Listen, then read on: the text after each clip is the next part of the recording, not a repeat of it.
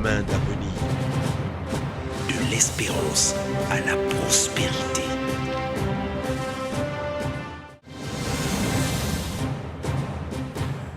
Merci à tous de vous joindre à nous dans notre émission. 2016 sera une année électorale au Congo, en commençant par l'élection phare du processus, la présidentielle fixée au 20 mars. Alors, quel sera le rôle des médias pendant cette période sensible qui commence maintenant? Eh bien, c'est autour de cette grande question que sera bâtie notre émission de ce soir. Et pour cela, j'ai l'honneur et le privilège de recevoir sur ce plateau le ministre de la Communication et des Médias, M. Thierry Mungala. Monsieur le ministre, merci d'accepter notre invitation. Merci. Alors, vous êtes à votre deuxième poste ministériel. Vous êtes parti des télécommunications à la communication. Il y a forcément une différence. Laquelle? Il y a télé devant communication au télécom et il y a communication tout court de l'autre côté. Il y a surtout une continuité évidente puisque, comme vous le savez, communication comme télécommunication utilisent couramment aujourd'hui les outils numériques. Et par contre, il y a un prolongement de la mission qui consiste à ce que, ayant participé pendant de nombreuses années à la mise en place des infrastructures qui sont utilisées par les opérateurs télécoms, mais aussi par les médias, là, je suis passé dans un ministère qui est beaucoup plus utilisateur de ces infrastructures, mais qui en même temps a des enjeux sur lesquels on pourra revenir tout à l'heure, qui sont liés au passage à la télévision numérique. Porte-parole du gouvernement, quel est votre rôle? Alors, si vous limitez mon rôle à porte-parole du gouvernement, c'est de porter la parole du gouvernement, littéralement, c'est-à-dire d'assurer une communication fluide de l'action du gouvernement en direction des populations qui sont les premières intéressées par la dite action. Maintenant, le ministère, comme vous le savez, il s'intitule Communication, Médias, chargé des relations avec le Parlement, porte-parole du gouvernement. Communication, tout le monde voit ce que c'est la capacité de l'État à assurer le fait que son message, celui de l'État, passe du mieux possible, soit le mieux compris possible des populations. C'est ça la communication en tant que département ministériel. Les médias, bien entendu, le président de la République a souhaité, dans le remaniement qui a eu lieu le 10 août dernier, donner un accent particulier au secteur des médias, faire que le ministère soit en charge spécifiquement et précisément des médias dans l'intitulé, mais pas seulement dans l'intitulé, mais dans les objectifs et les priorités. C'est de faire que les médias s'approprient effectivement la relation entre l'institutionnel et les populations et assurent leur fonction classique d'information, de divertissement et de loisirs.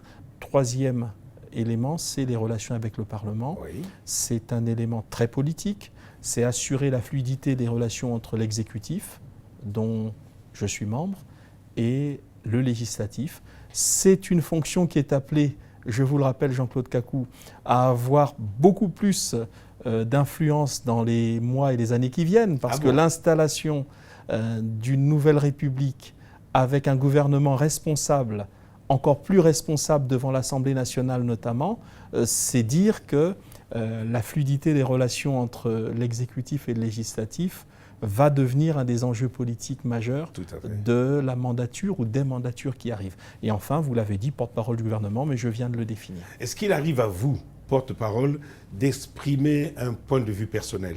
À quel niveau? Quand il y a un événement pour lequel il faut une réaction du gouvernement, par exemple, est-ce qu'il vous arrive d'exprimer un point de vue personnel? Non.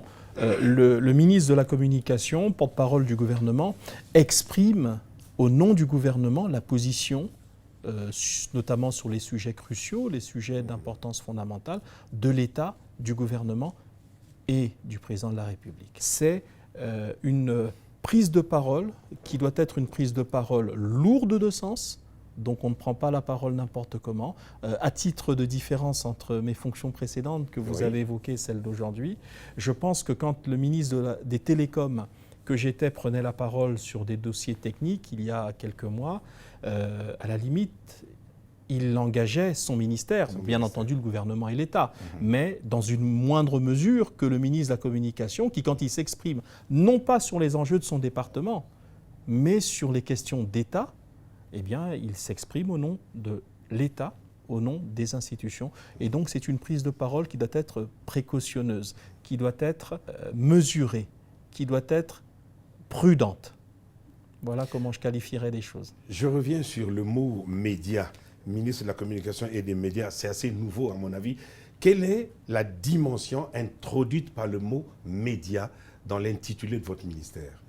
Le président a souhaité, parce que bien entendu, avant moi, les prédécesseurs géraient bien entendu le secteur des médias. Oui, mais le fait que ce soit indiqué de manière nominative, de manière précise dans l'intitulé du ministère, c'est que le président a souhaité, au moment où nous allons aborder cette révolution technologique qui s'appelle le passage au numérique, c'est de valoriser à travers l'action transversale du ministère sur tous les médias, que ce soit les médias traditionnels, télé, journaux, radio, les médias dits en online, c'est-à-dire les médias numériques, et tous les médias audiovisuels qui vont se développer grâce au passage à la télévision numérique terrestre, eh bien, c'est de favoriser que cette transition technologique vers le numérique soit faite avec une approche de l'État qui soit suffisamment macroéconomique, qui soit suffisamment cohérente pour permettre non seulement le développement d'une production locale, parce que c'est ça l'objectif au fond, ce n'est pas qu'une appropriation d'une technologie nouvelle qui est intéressante dans le processus,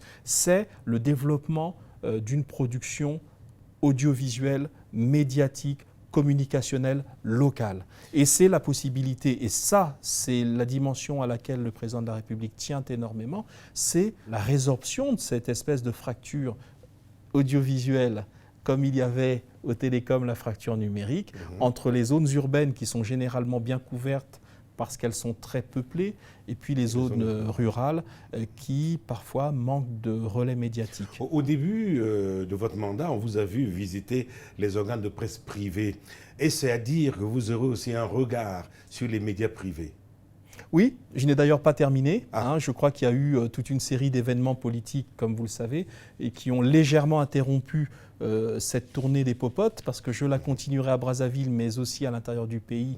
Et prochainement, j'irai à Pointe-Noire pour poursuivre ces tournées-là. Il y a des grands médias, même à Brazzaville, qui n'ont pas encore été visités par le ministre que je suis.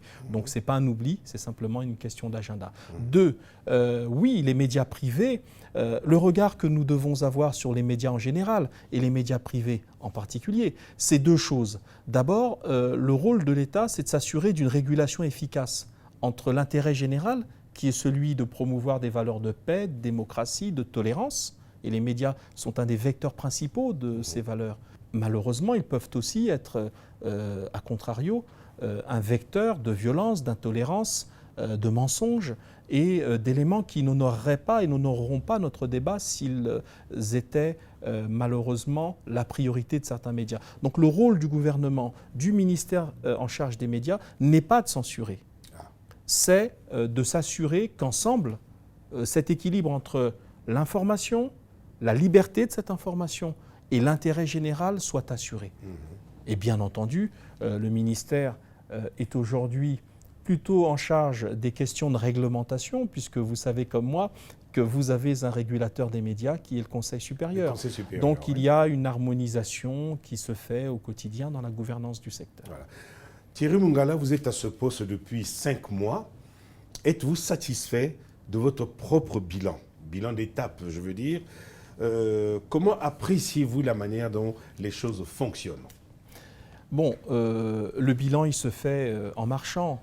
Donc aujourd'hui, il me paraît un peu prématuré de faire un bilan, mais on peut faire un premier bilan d'étape. On est presque à une moitié d'année. Tout à fait. Donc je crois que ce qui est significatif d'abord, c'est qu'à mon arrivée, j'ai trouvé, parce que l'État continue. Tout à fait. Il m'a précédé dans le secteur et il me suivra après mon départ. Le suivi des dossiers en cours. Il y en avait quelques-uns. Le principal, mais on y reviendra, c'est celui du passage à la télévision numérique terrestre. Mais il y a aussi un certain nombre de dossiers sectoriels comme les réformes de notre télévision et notre radio nationale. Vous savez que j'ai abordé cette question sitôt arrivé dans mes nouvelles fonctions. Il y a également cet équilibre dont j'ai parlé à un moment crucial de notre pays, qui est celui de ce processus démocratique qui est toujours en cours. Après le référendum, nous allons droit vers une élection présidentielle dans moins de 3 mois aujourd'hui. Et donc l'ensemble de cette démarche, qui est la démarche du ministre en charge du département, c'est d'assurer une continuité et probablement une amélioration et un approfondissement des efforts qui ont été faits par les prédécesseurs. Enfin, il y a une dimension à laquelle je tiens énormément, c'est, comme je vous l'ai dit, un regard particulier pour les nouveaux médias. Pour l'instant, c'est vrai que ce n'est pas trop apparent dans l'action gouvernementale, parce qu'encore une fois, 5 mois, c'est beaucoup, mais c'est quand même très peu encore. Eh bien, nous allons nous assurer qu'avec l'arrivée de ces technologies, qu'elles soient télécom pure ou numérique audiovisuel, eh bien, que ces nouveaux médias puissent avoir leur place, leur pleine place. Parce que, Jean-Claude Cacou, ne négligeons pas cette dimension-là. Les médias traditionnels, la télévision par exemple, aujourd'hui, ils connaissent, ces médias-là, un regain d'activité parce que souvent, il y a la diffusion traditionnelle et il y a les diffusions en ligne grâce à l'Internet. Eh bien, tout cela montre l'importance de la possibilité et de la nécessité pour ces médias traditionnels de capter ces auditeurs, ces téléspectateurs, les plus jeunes notamment d'entre nous, qui souvent n'ont pas le réflexe d'allumer leur télé pour suivre par exemple notre émission Le Chemin d'Avenir, mais qui demain, parce que nous développerions un outil en ligne qui permettrait une rediffusion de l'émission pour ces jeunes-là et qui toucherait peut-être ce public plus facilement que devant la télévision où malheureusement aujourd'hui ces jeunes souvent ne sont pas ou sont très peu. Bon, vous ne me dites toujours pas si vous êtes satisfait de la marche des choses. Bon, je suis satisfait d'une chose, c'est le fait que depuis les 5 mois au cours desquels j'ai pu prendre possession des éléments clés de la mission qui m'a été confiée par le président, eh bien je pense que le tableau de marche et l'ensemble de la cadence qui est mise en œuvre depuis quelques mois est conforme à ce que je pouvais en attendre, c'est-à-dire petit à petit le développement des éléments qui sont liés à ma mission. De ce point de vue-là, je dis, je suis satisfait de notre rythme, je suis satisfait de la prise en main progressive que j'ai et que nous avons avec mon cabinet de la problématique ou des problématiques qui sont les nôtres. Maintenant, faire un bilan en disant satisfait, pas satisfait, je laisse le soin aux observateurs de le faire. Alors, quel rôle les médias doivent-ils jouer dans cette période sensible, avant, pendant et après l'élection présidentielle ? Alors, le rôle, c'est celui que j'ai évoqué tout à l'heure en propos liminaire. Les médias, on attend quoi d'eux ? On attend d'eux une information juste, une information objective, une information conforme à l'intérêt général. L'intérêt général, c'est le maintien de la paix, de la cohésion sociale et nationale. Maintenant, sur la base de ces valeurs, parce que ce ne sont même pas des règles, ce sont des valeurs d'abord, des valeurs éthiques, morales et des valeurs démocratiques. Sur la base de ces valeurs-là, eh bien, les médias ont une trame qui leur permet librement, parce que nous sommes une démocratie, de développer leur activité. Maintenant, ce que nous attendons, ce que le peuple attend surtout, c'est que par rapport à ce qui va arriver dans moins de 3 mois, c'est-à-dire l'élection majeure, vous l'avez rappelé, qu'est l'élection présidentielle, c'est une juste information des enjeux. D'abord l'enjeu général. Ensuite, une juste information des propositions qui seront formulées, faites par les différents candidats. La présentation objective, complète des projets de société, du profil des candidats et permettre que dans l'équité, l'égalité de traitement, eh bien, l'ensemble de ces candidats, quel que sera leur résultat final dans les urnes, pourront dire eh bien, nous avons été traités de manière équitable et juste par les médias. Donc ça, c'est le devoir majeur des médias. Il y a un élément, je reviens dessus, qui me porte vraiment à cœur, c'est contrairement à la dernière campagne présidentielle, qui était il y a presque 7 ans aujourd'hui, il y a eu un événement médiatique majeur. C'est le développement de la communication sur les réseaux sociaux. Et ce qui était, c'est vrai, ces réseaux existaient déjà pour certains en 2009, mais ils étaient à la fois moins utilisés et moins développés. Et ils couvraient moins de populations, notamment dans notre pays. Aujourd'hui, tous nos compatriotes utilisent au moins quotidiennement une fois les réseaux sociaux. C'est dire que ces réseaux qui sont à la fois un espace de liberté mais totale, puisque qui le veut diffuse ce qu'il veut. Eh bien, le danger que nous pouvons effectivement y déceler à cette totale liberté, ce sont les abus. Donc moi j'appelle nos compatriotes à ce qu'à la fois ils attendent des candidats de demain, de l'élection présidentielle, une présence sur les réseaux, parce que c'est, je crois, un candidat en 2016 doit être un candidat 2.0, c'est-à-dire un candidat suffisamment maître de la communication sur les réseaux. Mais en même temps d'inviter tous nos compatriotes, que ce soit ceux du dedans, c'est-à-dire du Congo, ou ceux de l'extérieur, eh bien, les inviter à un esprit de responsabilité. Parce que ce que nous publions, c'est lu et c'est vu. Voilà, et donc il va falloir que l'ensemble des candidats, l'ensemble des membres de la classe politique, l'ensemble des Congolaises et des Congolais qui lisent ou qui produisent sur les réseaux sociaux, eh bien, fassent preuve d'esprit de responsabilité, de tolérance et finalement de sens civique. La télévision numérique terrestre, Monsieur le ministre, c'est pour quand?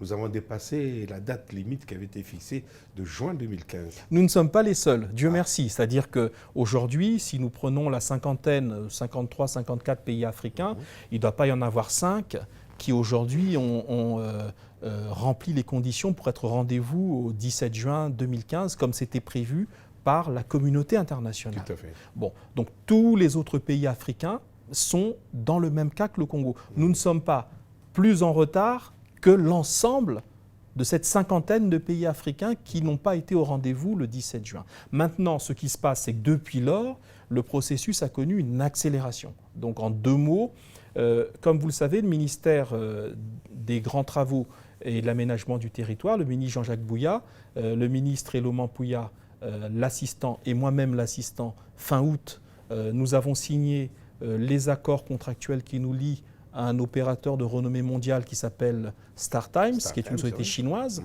qui va déployer les infrastructures qui vont permettre, sur les 5 villes pilotes qui ont été choisies pour la première phase, c'est-à-dire Brazzaville, Pointe-Noire, Dolisie, Ouesso, Oyo et de mémoire, je crois Imfondo, c'est de mémoire, et bien que sur ces villes-là, il y ait une implémentation de la première phase. C'est-à-dire que dans les prochaines semaines, parce que là le processus est en cours, dans les prochaines semaines, nous aurons les travaux d'installation, notamment à Brazzaville. Alors très concrètement, j'avais demandé au nom du secteur l'octroi des fréquences numériques nécessaires au Conseil supérieur, qui est le gestionnaire des fréquences audiovisuelles.